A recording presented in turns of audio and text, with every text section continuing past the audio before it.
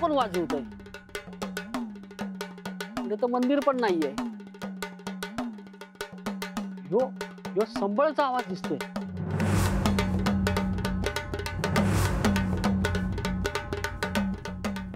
गणप्या आल्या का इकडे? काय रे, काय झालं? यो आवाज ऐकलाय का तू? अरे मी बी मगासपासून तोच विचार करतोय. अरे हा आवाज जंगलातून येतोय. मग जाऊया का बघायला? हो हो, चल चल जाऊया, चल चल चल चल चल.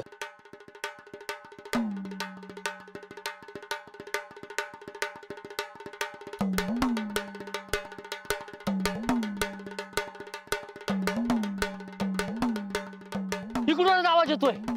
होय होय होय, चल चल चल बघूया, चल चल चल.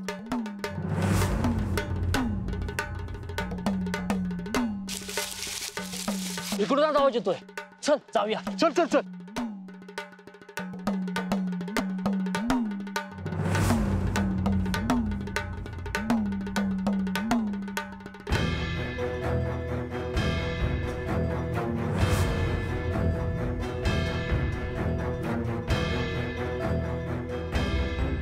पाहिला, जवळ आल्यावरती आवाज बंद झाला.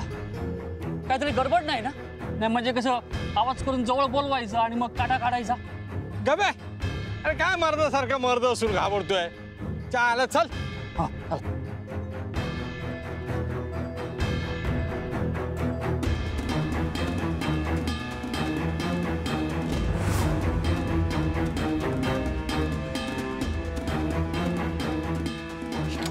अरे घराला तो कुलूप आहे. आवाज तर आतूनच येत होता. हो या घराला कुलूप लागलेला कधी बघितलं नाहीये. होय ना.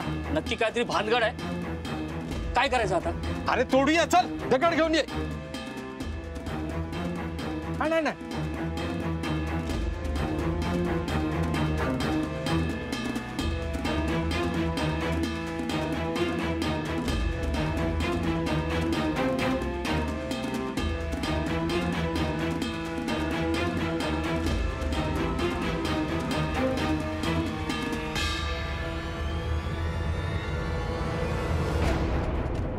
बापरे, इथं बाई आहे.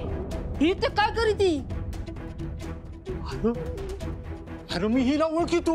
हा, अरे ही संबळवादक आत्मारामची पोरगी आहे. अरे पण ही परगावची, इथं काय करते? अरे ते मग ही इथं का संबळ वाजवी ती? ते पण दरवाजाला बाहेरून कुलूप असताना. आणि ही बाई असून कशी संबळ वाजवी ती? अहो असा काय प्रश्न पडला तुम्हाला? बाई संबळ वाजवतो हा काय प्रश्न आहे? हो आधी तिला शुद्धीवर आणायचं बघा. थांब थांब.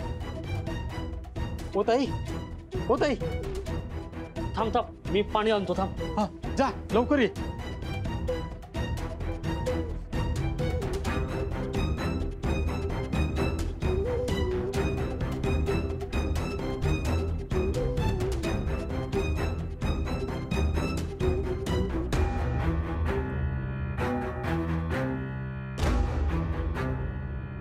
पोरी, तू इथं जुन्या घरात कशी काय? मी कुठे आहे? ही पिंपळगाव, जामखेड तालुका. अगं आता तू जामखेड बीड रस्त्यावर असलेल्या वन विभागाच्या जंगलात आहेस. पिंपळगाव हे हे हे नगर पासून किती लांब आहे? 2 तास लागतील. आता किती वाजलेत? 3 नाही तर 3:30 झाले असतील. मला निघायला पाहिजे.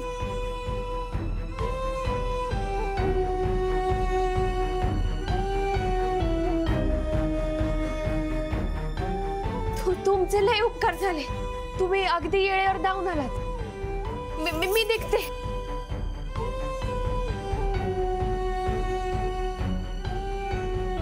अगं पोरी, पण काय झालं काय? तू एवढ्या लांब आलीस कशी?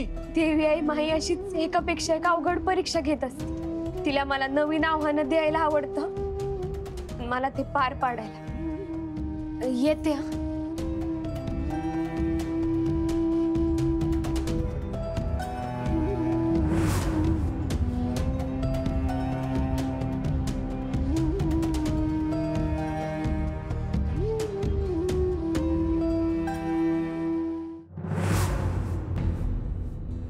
दादा चला जेवायला.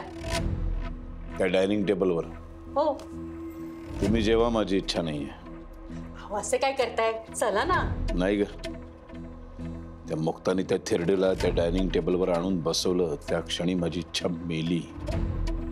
उदरभरणाची पवित्र जागा आहे ती. ती म्हातारी तिथे आली आणि ती जागा अपवित्र झाली. तिथे बसून की समोर ती म्हातारी दिसते तमास किरण, आणि तिच्या बाजूला ही तमास किरण. माझं डोकं फिरतं मग. हो रावदादा, तुमची तळमळ समजते हो मला, पण आता सगळं व्यवस्थित होतंय ना.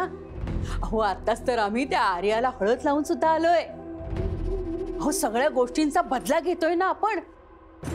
आणि आर्याने तर तिच्या आई वडिलांचा असला वचपा काढला ना.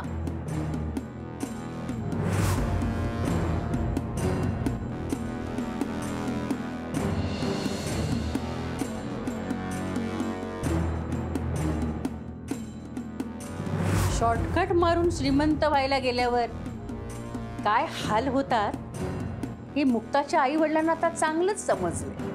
आणि आता यापुढे बरंच काही समजणार आहे त्यांना. कुणाला काय समजायचं बाकी हाय? ते काय ना, मी ते रावदादांना सांगत होते की सगळं आता छान चाललंय, बस चिडचिड करू नका. आता किती कामं बाकी आहेत ना, उद्या काय काय कार्यक्रम वगैरे करायचे, म्हणजे सगळं.